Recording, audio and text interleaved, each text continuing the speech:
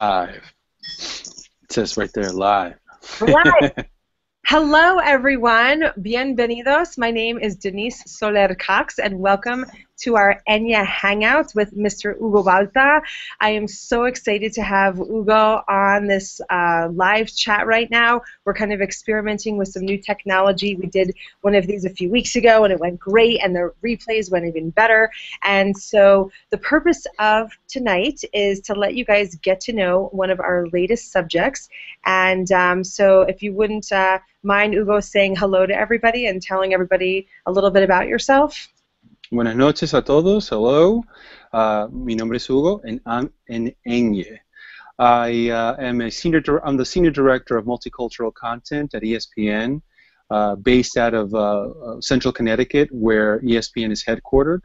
I'm a Peruvian American, first generation Peruvian American, born in Paterson, New Jersey, just half an hour from New York City. Both my parents are from Peru. My mom immigrated when she was 18. My dad was 21. Had the opportunity to live in Peru when I was younger, the first probably 4 years of my life. And like so many other children of immigrants, spent all of my summers in Peru, which was, for a kid growing up in two different worlds, was certainly a magical time for me, and certainly has reinforced my pride to my roots in Peru, as well as my pride being an American. Mm-hmm. And I remember I just had so much fun with our interview, Hugo. We met each other in Miami, and I just want to let everybody know I'm coming here from Denver, Colorado, and I'm sitting in the office that I sit in every day across from my partner, Henry Ansbacher, who's also in the room. There's a cameraman sort of on the other side over here, and then I've got our social media famous, world famous Carolina over here, periscoping, I think. Hello, everybody. And then there's also Josh, too. And then, Hugo, tell us where you are right now, and then where you are in your home. Well, I'm in West Hartford. I'm in my family room. This is where, like so many families, we watch movies, we play video games, we argue, we eat. This is really the mess hall of the Balta home. That's great. So, yeah. So I don't want to give that away yet. So, I'm sure we'll get maybe a couple of photo bombs from the kids and the wife. So awesome. We'll see. We'll definitely welcome them in. So, who also lives in the Balta home? My wife, Adriana Balta, who is a Colombian native from Medellin, and my daughter Isabella, who's 12 years old, and my father, and my son Esteban, who's 9, going on 1929. Oh my goodness! Cool. Well, I cannot wait to see them if they pop in. Sure. So we're going to be on this webinar for about 30 minutes, and I have a few questions for you. But the first is, we're going live tomorrow with your piece, and so I'm really excited for these people to see it. Okay, we're good. A little technical difficulties. Welcome to the world of technology, everybody. So after you saw the piece, Hugo, what were your impressions? You know, when I first met you in South Florida, obviously I was very excited about the project. I had never thought of myself as an Enye.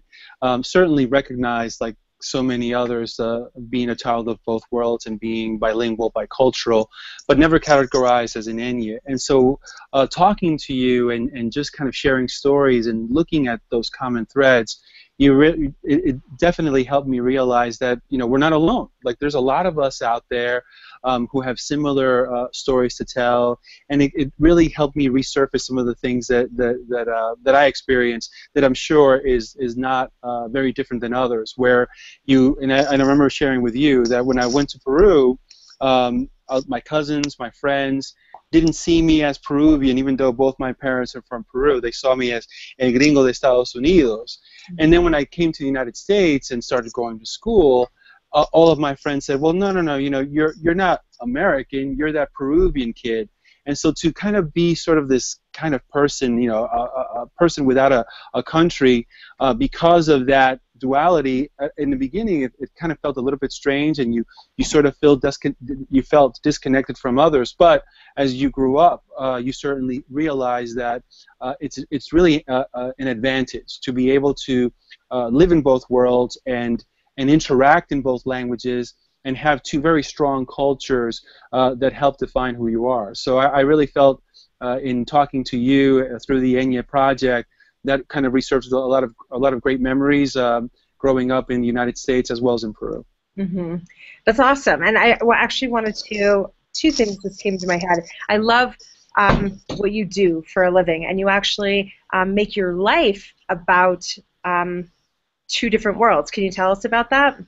Yeah, absolutely. You know, as a senior director of multicultural content at ESPN, my job is really to identify, to inform, and educate about opportunities to work collaboratively with ESPN Deportes, with ESPN Mexico, with ESPN Argentina, to broaden the girth of the content that we're producing at ESPN in English, so that we are reflective and inclusive of the emerging mainstream in the United States, which is being led, which is multicultural and being led by U.S. Hispanics.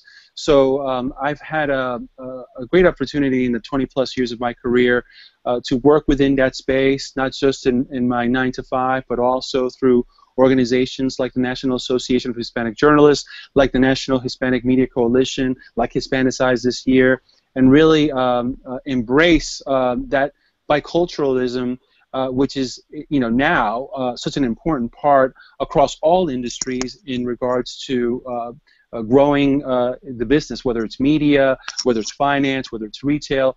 There's no industry in the United States that around boardrooms they're not discussing how do we better serve U.S. Hispanics, 57+ million of them, majority of them that are English dominant, that are bilingual. And more what we're seeing is an approach that really reflects and is inclusive of that experience. It's not just about let's, you know, reach Latinos through Spanish language media, or, you know, their second and third generation Latinos are going to be English dominant or bilingual. We don't have to do anything about them. No, it's actually understanding that there's a unique way to speak to us, and that cultural relevance is very important in understanding who we are and in reaching us. So I'm very excited of the job that I'm doing at ESPN. I really think that in many ways we're leading in that effort, and we truly understand and get U.S. Hispanics. It's about English, también es el español, y muchas veces en una conversación it goes from one to the other. That's our experience, that's our reality, and it's important for us at ESPN to reflect that and be inclusive of that. And I'm so curious to find out a little bit more about it, but we actually have our first question. Oh, okay. So this is from April, and she used to live in Hartford, Connecticut, and she wants to know what inspired you to do the work that you do. You know, great question. And again, I think it's always a common thread. You know, for us Latinos, I think it's always our family. We're very family oriented, and my first inspiration are my parents, beginning with my mother. You know, I mentioned my mother was 18 years old when she came to the United States, and my father was 21. I'm 45 years old. If you were to tell me tomorrow, we're going to send you to Asia, we're going to send you to China, a country where I don't know the language, I don't know the culture. I'm an educated man. You know, I've been around the block a couple of times, but I'll be honest with you, that's something that would frighten me. I can't imagine being 18 years old, being 21 years old, and having to make that decision. And that decision was made because of need. Need for a better life for themselves, better life for their family. And it happens, you know, it is as true as it was when they got here as it is today. So because of that courage, I'll never have to make that type of decision. And so it's always been a point of inspiration for me, seeing my parents, like so many other parents of immigrants, working 2-3 jobs to make ends meet, to put not only food on the table for their children, but for them to get better opportunities, beginning with education. So every step along the way, that's always been at the forefront for me, and it's been a source of inspiration. That's great. So do you recall meeting a Mimi at Hispanicize? I know Mimi very well, yes, yes. So she just wants to give you a shout out. And I actually think I know Mimi too. So Mimi, if this is the Mimi that I think that I know, Hola, thanks for being on the webinar tonight. Mimi, music artist, a very talented young lady from South Florida, uh, and it's just a bundle of energy, lots of energy. I think I know her. I think I know who she is. That's awesome. I'm glad that she's here.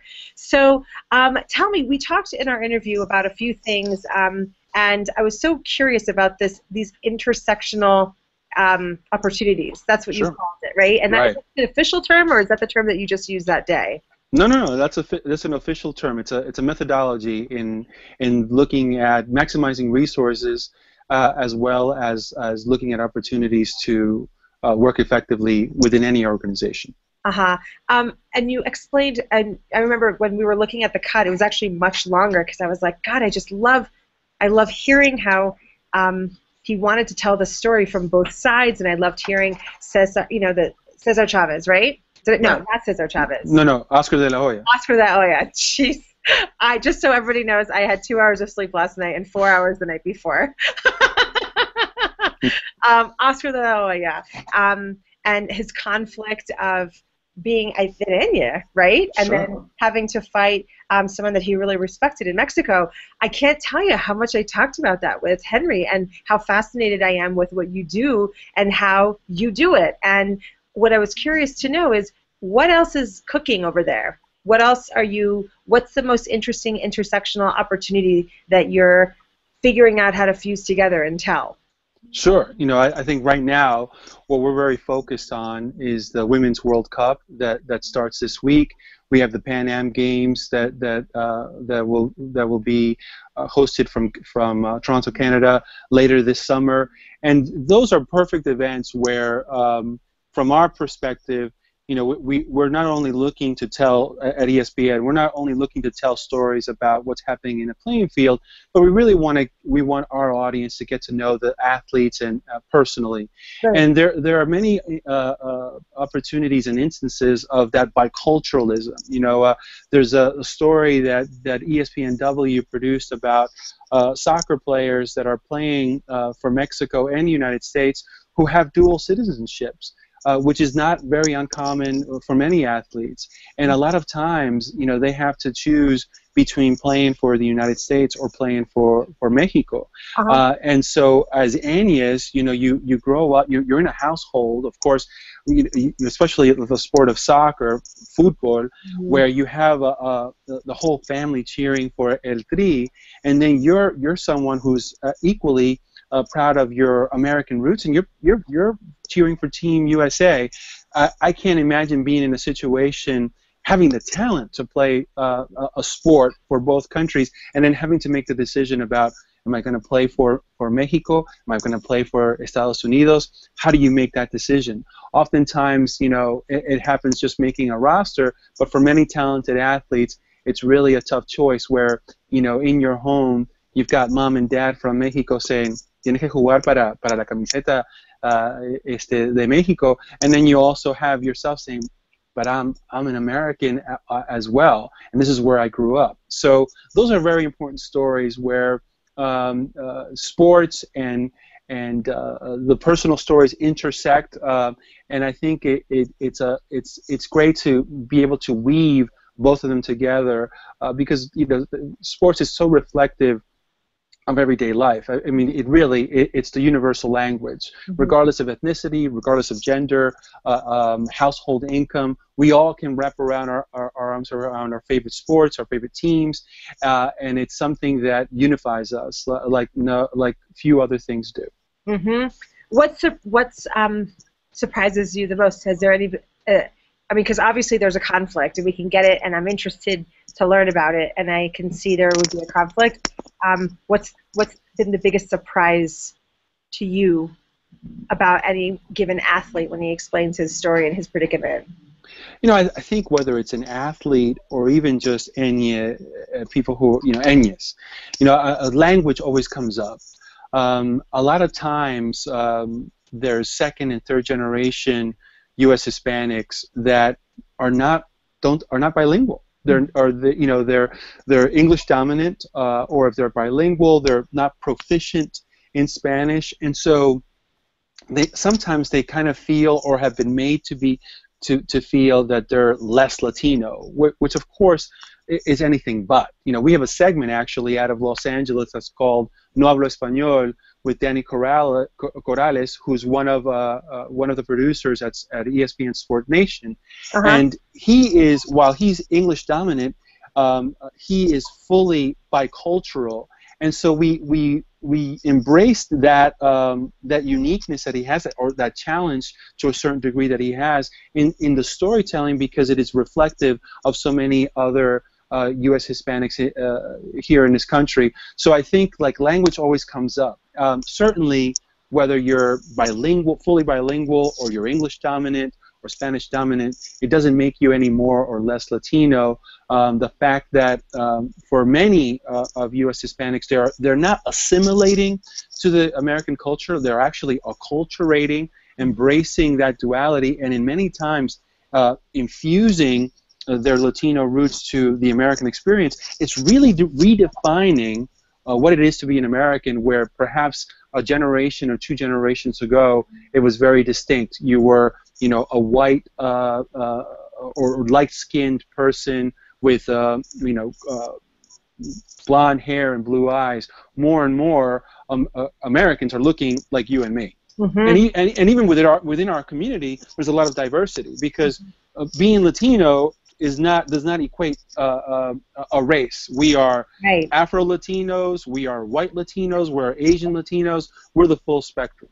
Right, and thank you for saying that, because I actually find myself in that conversation quite a bit.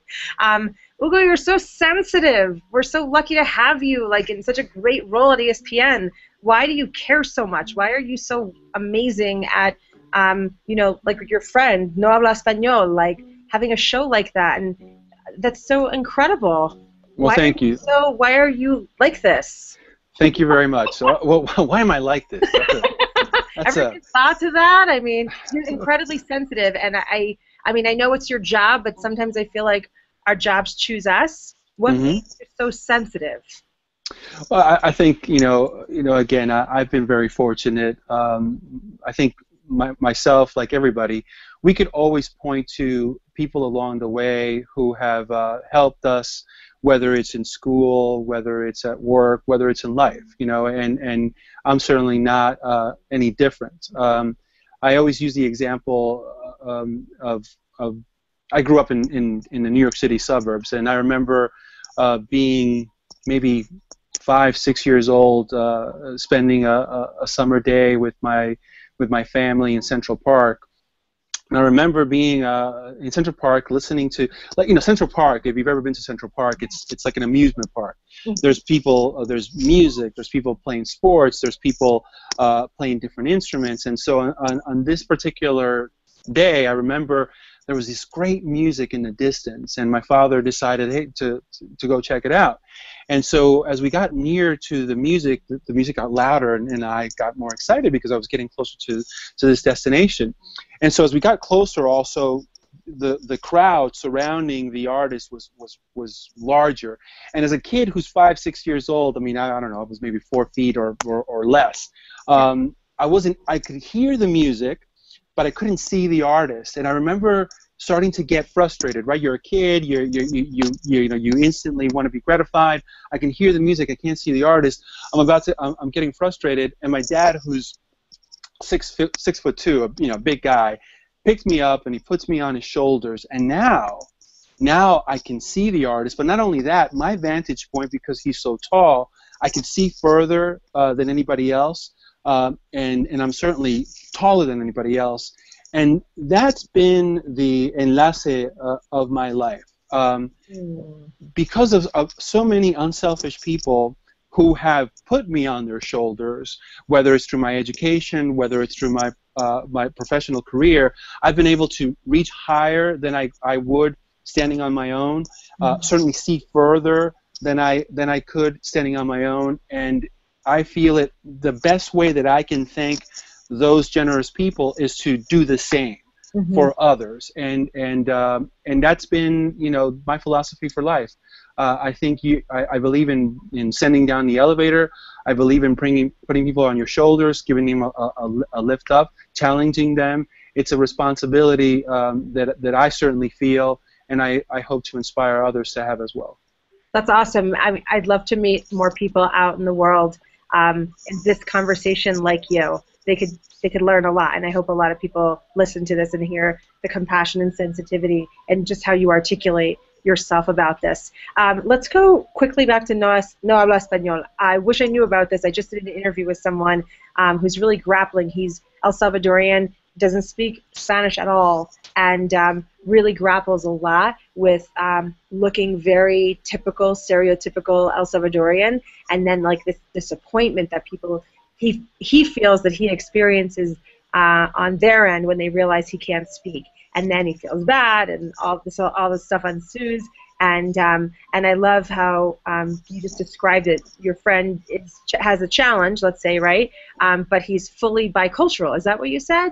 Absolutely, absolutely. I think, you know, he's certainly that child of that duality that we've talked about in the Enye interview, and certainly in this conversation. Mm-hmm. And he's someone that, instead of being defensive about it, instead of shying away from it, he embraces it, and in his segments, he always makes it clear to point out that duality, regardless of the fact that he's not bilingual. And I think that that's the type of positive attitude that you need to have. If anybody sees a non-Spanish speaking Latino as less than Latino, or then that's more of a reflection of the short-sightedness of themselves than the person that they're speaking to. So I really think it's important to see what we have in common more clearly than our differences. I just love you, Hugo. Thanks so much. I just have to say that. You're wonderful. Okay, we got a lot of questions for you, and I'm just going to start here.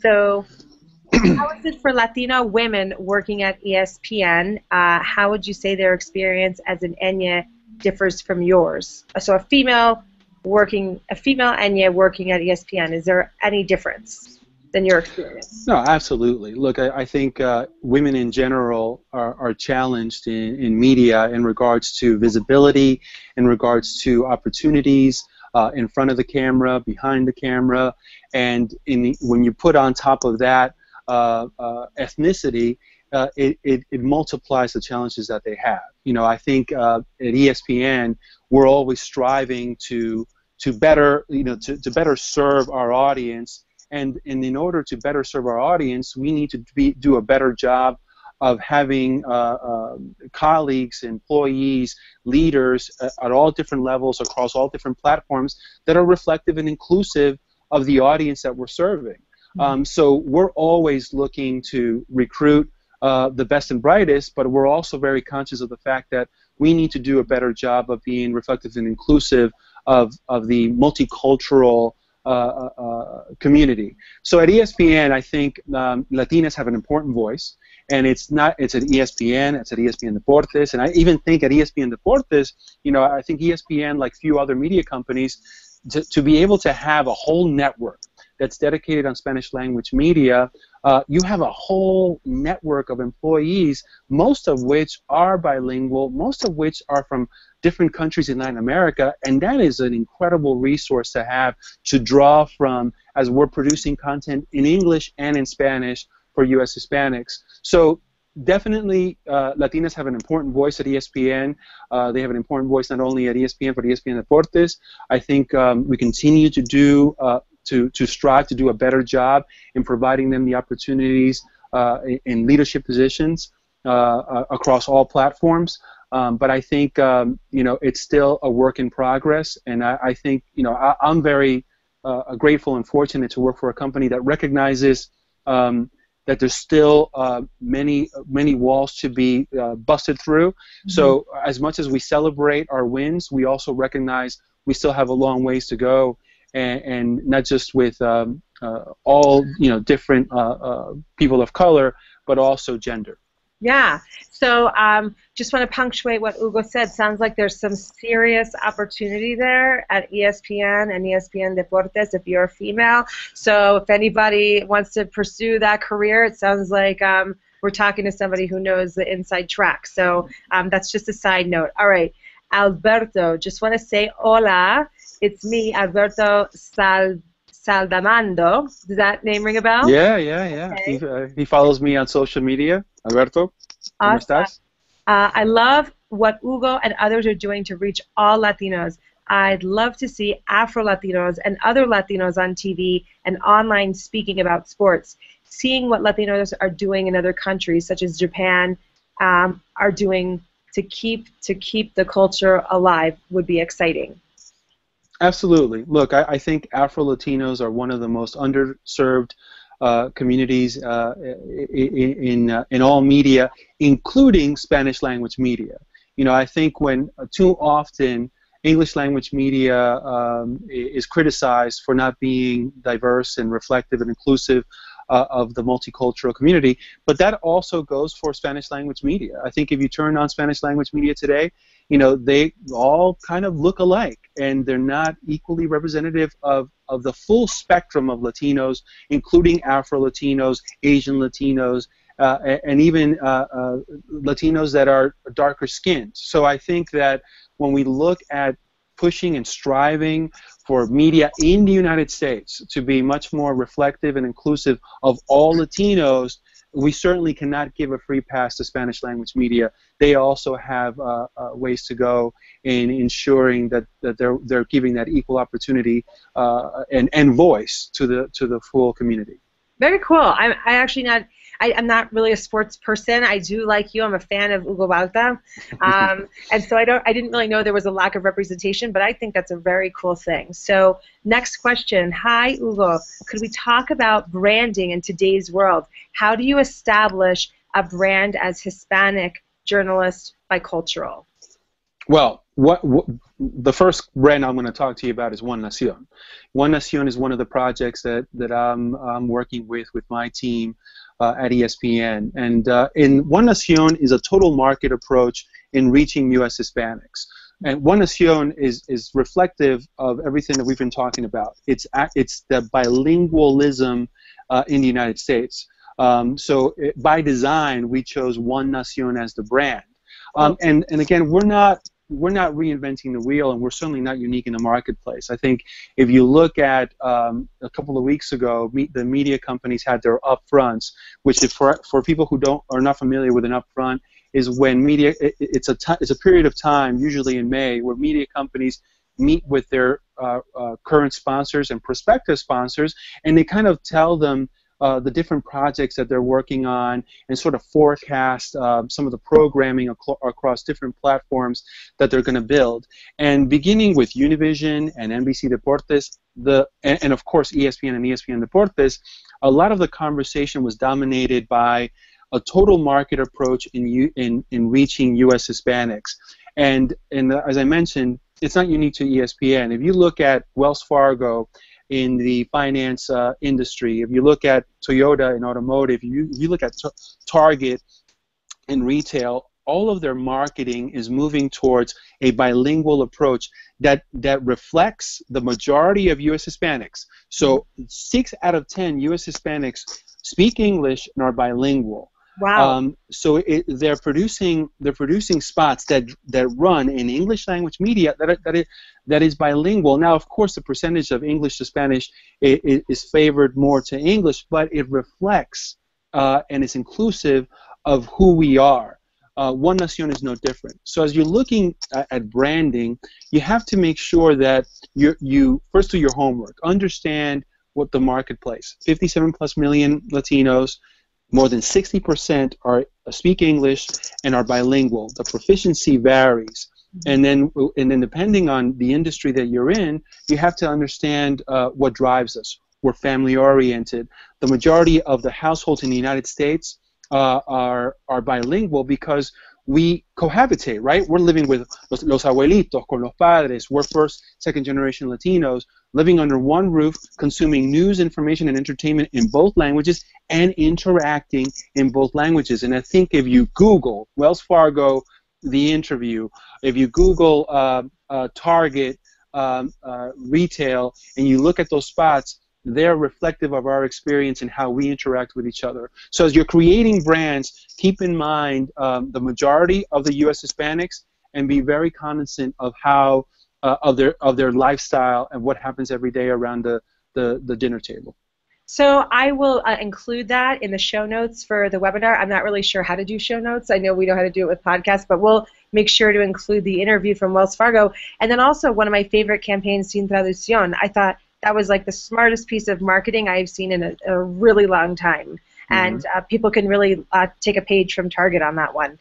Yeah, if you look at, in the space that we're working with One Nación, One Nación is a digital destination that is inclusive of that experience, where you're going to find content in English and in Spanish, and sometimes intertwined. I grew up watching fútbol, right? Soccer, fútbol en español, porque mi papá lo veía en español, mi abuelito lo veía en español, pero I grew up watching baseball, NBA, NFL in English. And so when I consume that sport, I'm going to watch it in Spanish. I'm going to read about it in Spanish cuando estoy buscando información sobre fútbol.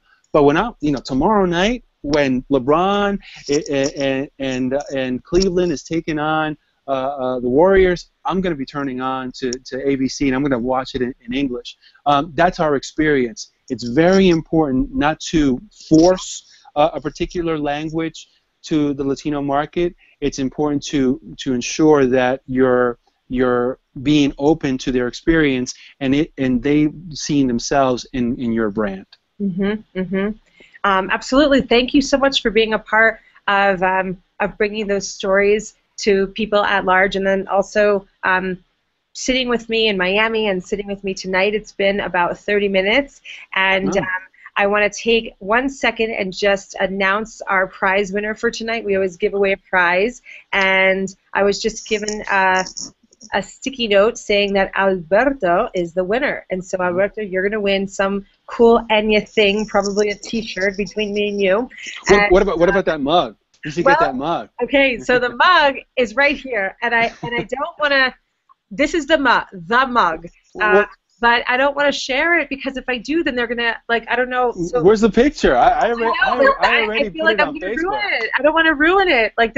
There's something very important about this mug, and you have to watch tomorrow, and you're gonna know what's on the other side of this mug. But this mug is going for you, Hugo.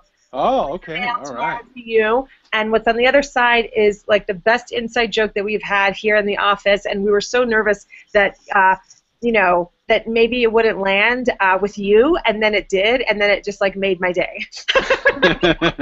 But the name of the piece is called The Republic of Hugo Balta, and you're going to have to watch tomorrow to understand exactly what that means. And if you're an Enye living in the United States, even if you're second or third generation, you will get the joke, and you will want this mug, and you will definitely want it knowing what's on the other side of it. I don't know about that, but okay, we'll wait and see. We'll see. Well, everyone, we had to take this off someone's desk, because nobody, I'm like, where's Hugo's mug? What happened to it? So we only have one, it's yours, and we're going to be ordering more for everybody else. All right. Thank you so much.